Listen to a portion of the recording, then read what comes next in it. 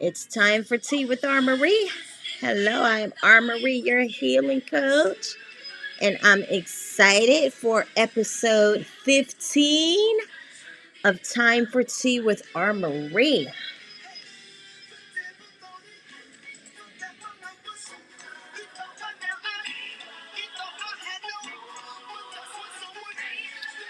So we are going to get started.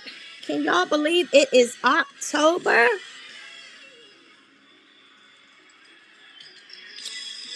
All right, let's see here.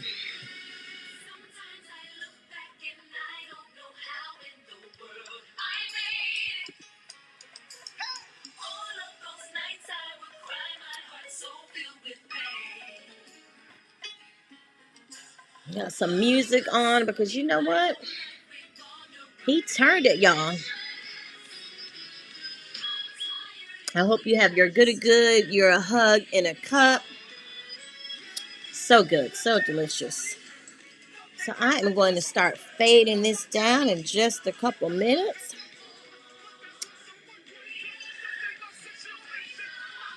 Because it is time for tea and we have a little something on my heart that I want to discuss with you all tonight.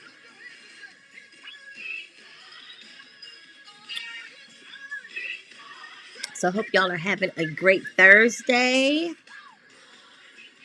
And we're going to get started in just a few minutes. He turned it. It's an oldie but goodie. I know it's old. I know it's old. I know it's more some music that probably isn't as old, but you know what? This song has great meaning in my life because there's definitely been some situations that he turns around for my good, and I'm so thankful. I'm so thankful. So, as always, if you're tuning in, let me know you are here. And if somebody could just type something because I think I got my chat back working, so I should be able to see who is commenting. But again, I can't see who's on, but I can see you if you're commenting. And if you're going to catch this later, do me a favor and just hashtag replay in the comments. Again, I am Armory, your healing coach, and I'm going to go ahead and start turning this down because I want to go ahead and get into it. I don't want to be before you long tonight. So let's go ahead and get started. So we are in October of 2020, y'all. And I'm just so thankful to still be here in 2020, right? I mean, there has been so many things happening in 2020, but I, for one, can say that 2020 has not been just a bad year for me. It has definitely been a year of change. It has been a year that God has just suddenly moved on my behalf. And so I am just grateful and I'm thankful. But October does bring some things near and dear to my heart. There are two specific months that I have walked through that are being honored this month. And so I want to talk to you a little bit about that because, I think there's so many different days and it looks like if you scroll through social media, you'll see a day for everything. I mean, there's I just saw someone post about National Podcast Day, and I'm like, I never even knew that was a day. But there's a day for anything that you're doing, anything that you have. National Sunday, National Daughter Day, whatever the case is. I'm sure you can Google and find a day for it. But this entire month of October is dedicated to, as I said, two things that are really near and dear to my heart. And one of them is October is Infant Child Loss Month. Okay, so it is to honor women and men who are parents and who have lost children, whether that is through miscarriage, whether that is through infant loss, whatever the case may be. This entire month of October is honoring these parents and these children because, and why do I say that this month is so near and dear to my heart, or that topic specifically is so near and dear to my heart? Because if you haven't heard my story, my husband and I lost our daughter back in 2008, and one of the trends that I love about this month is people are encouraging those parents to say their child's name, to say their name. And so, for those of us who had the opportunity before we lost our children to name them, some women who experienced an early miscarriage did not have that opportunity, but I'm thankful that my husband and I, we had the opportunity to name our daughter, and also to spend 2 days with her while she was alive before she passed away. And so this month is just so near to me because I really feel in my heart for those women who have experienced that. And we all probably saw the news today, even of John Legend and his wife, who just experienced that this week, or maybe it happened earlier today. But they are definitely in my thoughts and prayers. And you know how sometimes when you have gone through something yourself and you find someone else who has gone through that same exact experience, it really causes you to have compassion. It causes you to really sense what they are going through, because you know firsthand what that feels like. I know firsthand what it feels like to leave the hospital empty handed. I know firsthand what it feels like to name a child and to have all of these dreams of what you're going to do with that child, and even have your home prepared for a child, and to have had a baby shower and all of those things, all of the things, right? I know exactly what that feels like. And then to lose a child. And so this month honors people, men and women, who have had that experience, and really trying to bring to light and to normalize it, because it is still not something that is openly discussed in a lot of our communities. Hi, Gretchen. Thank you for joining. Well, thank you. I'm glad to know that my chats are working tonight. So thank you for commenting. But yes, so this is not something, and it happens to so many people. 1 in 4 women will experience either a miscarriage, and 1 in 8 couples will experience that. And so it is a very prevalent issue that is not really discussed about. But I am thankful that now there is a month for this specific issue, and to highlight it and to normalize it, and to also honor the children, and to say the names of the children that were lost. And so one of the things that I said, even when I just did a quick social media post just saying, time for tea will be on in an hour, one of the things I said is that we want to debunk some of the things that you believe is true. And one of those things is this, and it's not even just specific to child loss, but because we're talking about that, I'm going to focus on that. But one of the things is this, and I love that we are encouraged to say our children's names, because what happens is, a lot of times when a loss occurs, people around that surrounds themselves around the person who has experienced the loss, a lot of times they are not saying the name of that person. As a matter of fact, they avoid it.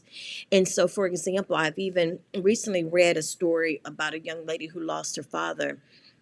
And she said all of her friends, what they did is, they never even talked about their own dad around her. They never said her father's name.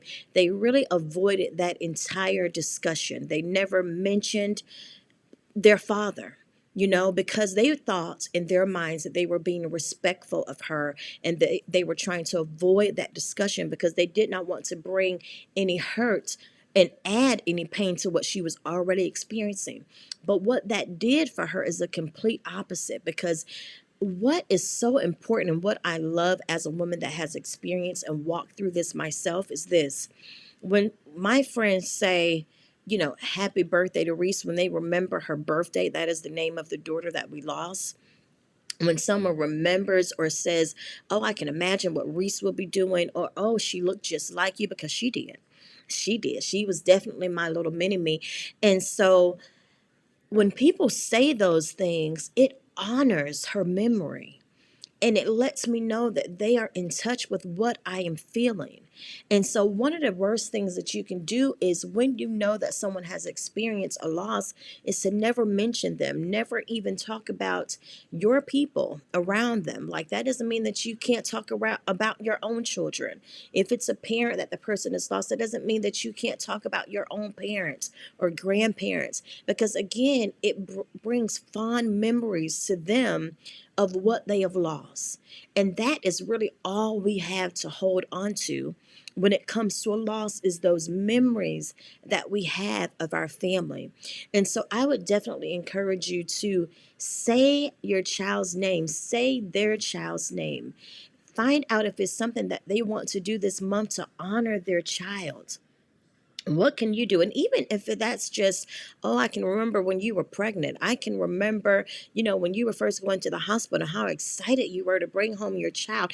And just having that conversation, allowing that parent to know that this is someone that I can be comfortable with, and that I can have a conversation about my loss. Because once we do that, and the more we do that, the more we are able to heal from our loss. Okay. And so I want you to just be aware of these things. Again, they cater an entire month. And, a lot of times people like candles, or they purchase bracelets, or they do so many neat things to honor the child that they lost. Your late mother and father, you still miss them. Yes. And you know what? Any loss that you experience, I don't think there ever is going to come a time when you stop missing them. I think, again, that is another falsehood, that we believe that there comes a time when we get over grief. And that is simply not true. Grief does not have an expiration date, y'all. It does not have an expiration date. Now, will it maybe over time become somewhat easier? Maybe over time you'll notice I'm not crying as much as I used to. I'm able to sleep at night. I'm able to have a conversation about them without crying. I'm able to think and laugh about some memories that we shared. I'm able to look at pictures without tears. Maybe you will start to do those things more, but I don't think you will ever get to a point where you completely stop missing them. Because again, grief, and I say this all the time, grief just means that you loved well. So anything that you love, you're never going to stop loving, right? And so if you loved your parents, Gretchen, you're never going to stop loving them, which means you're never going to stop missing them. I'm never going to stop missing or even aching sometimes for the life that I wanted for my daughter before we lost her. That is a real ache. And so sometimes I even think about it, as I've talked about, when other parents post their first day of school pictures, and, oh, look at what my daughter, especially if it's a child or a young girl that is around the same age of what my daughter would have been. And so I don't think you ever get to that point. But what you learn how to do, and I, as a healing coach, what I try to teach my clients how to do, is to learn how to live in spite of what you lost. Learn how to live and cope and be able to still soar in life in spite of whatever it is that you've lost. And it is the same thing if it's not a loss through death. It is the same thing if it is a loss, because I was just listening to a conversation recently, and someone mentioned about, is divorce the same as a loss? Would you consider divorce to be a loss? That question was asked, and I think 1,000 times yes. I'm sure that you go through the same emotions when someone experiences a divorce as you would as someone experience a death. And it may not be as heavy, but again, I am not the one to say that your journey is heavier than mine, or my journey is heavier than yours. I think that pain has a way of connecting us. And I think that whatever it is that we've lost, we go through some of those same types of feelings. It does not matter how we carry it. And I think that again is another myth that people have, that, as long as I'm smiling and I seem like I've gone on about my life, that I'm no longer grieving. That is, again, a myth. Okay. We don't know what people do behind closed doors. We don't know what tears they're shedding behind closed doors. And so, although people may not show that emotional side of them, that does not mean that they are okay. And so we cannot just dismiss someone's grief just because it appears to us that they have gotten over the grief. Okay. And so I wanted to talk about that. I'm about halfway through where I want it to be as far as time, because I really want to end this around 7:30 tonight. The other thing that is near and dear to my heart in October, which up until a couple years ago did not have the same level of importance to me, but it is Breast Cancer Awareness Month. And as a recent breast cancer survivor, yeah. And if anybody, that's one of those things that when you hear cancer, I know when we heard that word with my husband when he was first diagnosed with cancer, it is one of those things that you are just, I'm just going to keep it all. You are scared to death. You don't know what to expect. And I can remember vividly, and as a matter of fact, it was 2 years ago, almost to the day, today, that I received my diagnosis. And I remember the next day I had a very important event. And a couple weeks after that, I had an important event that I needed to attend. And I was like, you know what? I got this information. I shed a few tears about it. Now I'm going to go ahead and be strong at these events. I'm going to get through what I need to get through. And then after that, let's start treatment. Let's get it done. And y'all, on my anniversary is on November 29th. On my 15th wedding anniversary, I was getting my first treatment. And at first I was like, I really don't want to do it on that day. And I was kind of fighting it. And I never forget, my doctor said something along these lines. She said, you'll have plenty more anniversaries. This is so that you'll have plenty more anniversaries. We're doing this. And that's good news, Gretchen. I'm glad to hear that. And so it is, it was just for me very hard to hear that news and to really come up with an action plan of how I'm going to attack that news. Because I think instinctively I am someone that, really tries to fight through things. And sometimes I'm even that stubborn one that will try to do it alone. But I'm so grateful for such a great support system. And I've come to know so many women that have walked through that walk.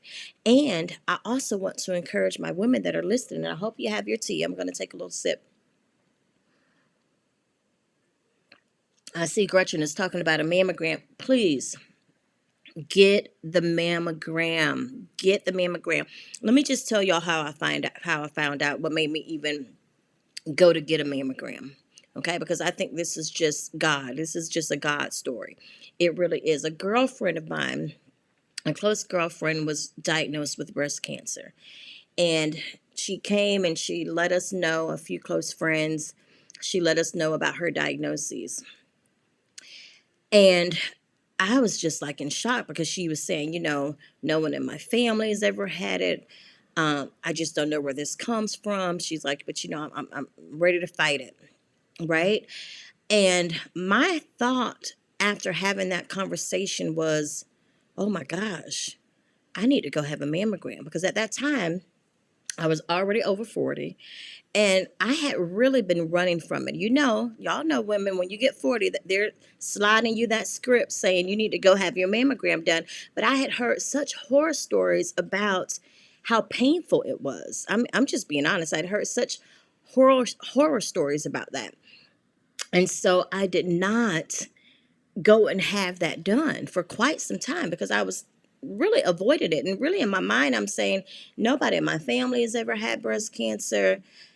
I don't really think it's a big deal, and I was just avoiding it.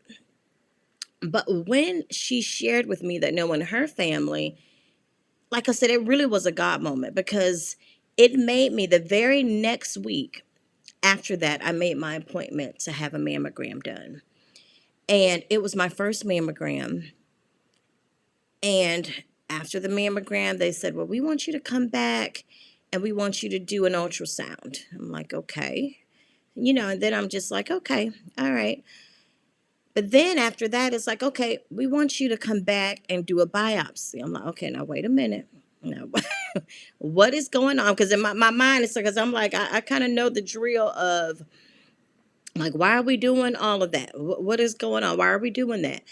And lo and behold, it was a breast cancer diagnosis.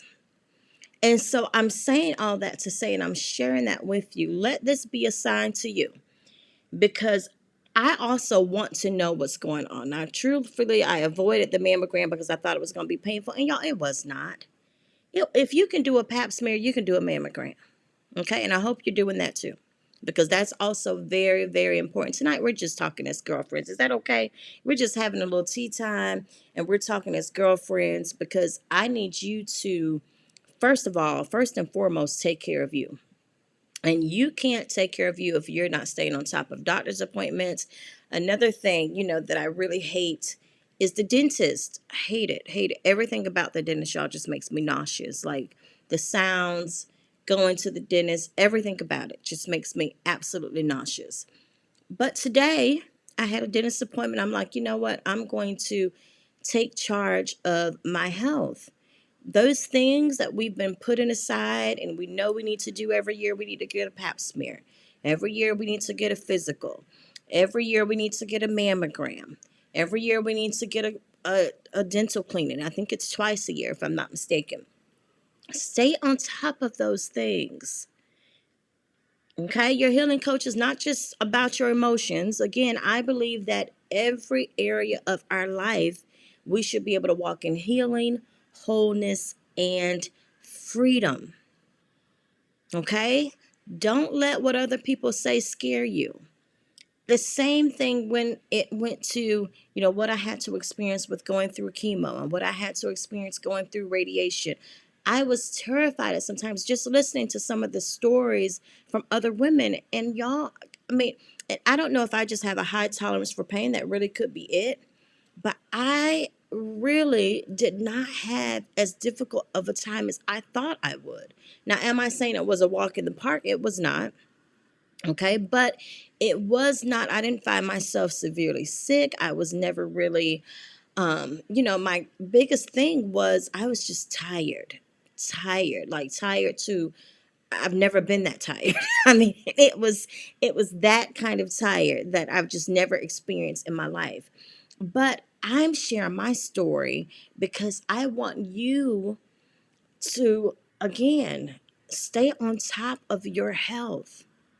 Okay, and I just kind of went off on a different tangent there, but I just really wanted to share tonight that these are two things, like I said, that are very near and dear to my heart. And I posted something earlier this week and it said, that counseling and coaching definitely works. But if you're sending a representative to your session, it will not work for you. Okay, it works, but you have to be honest. And so, even when it comes to keeping up with our doctor's appointments and doing those things that are necessary, we have to be honest about our fears. Where is it stemming from? Why am I fearful? Have I even experienced this myself to be fearful? Or am I just listening to what naysayers are saying or what other people are telling me? Because everybody's experience is different. Even some of the things my girlfriend, and she kind of, I tell her all the time, she kind of led the path, for me. When it comes to the breast cancer journey, I ended up going to the same doctor she had. And I kind of was literally some weeks behind her going through the exact same process. But when I tell you that some of the things we experienced were completely different, they were completely different, but we went through the exact same thing. What does that mean? That means that grief for people is going to look different. That means that healing for people is going to look different. Being on a journey for wholeness is going to look different. Being free is going to look different. And so stop looking at everybody else's story and how they're doing it and what they say about it and create your own. Create your own. Okay? And sometimes we just got to put our big girl panties on and do it.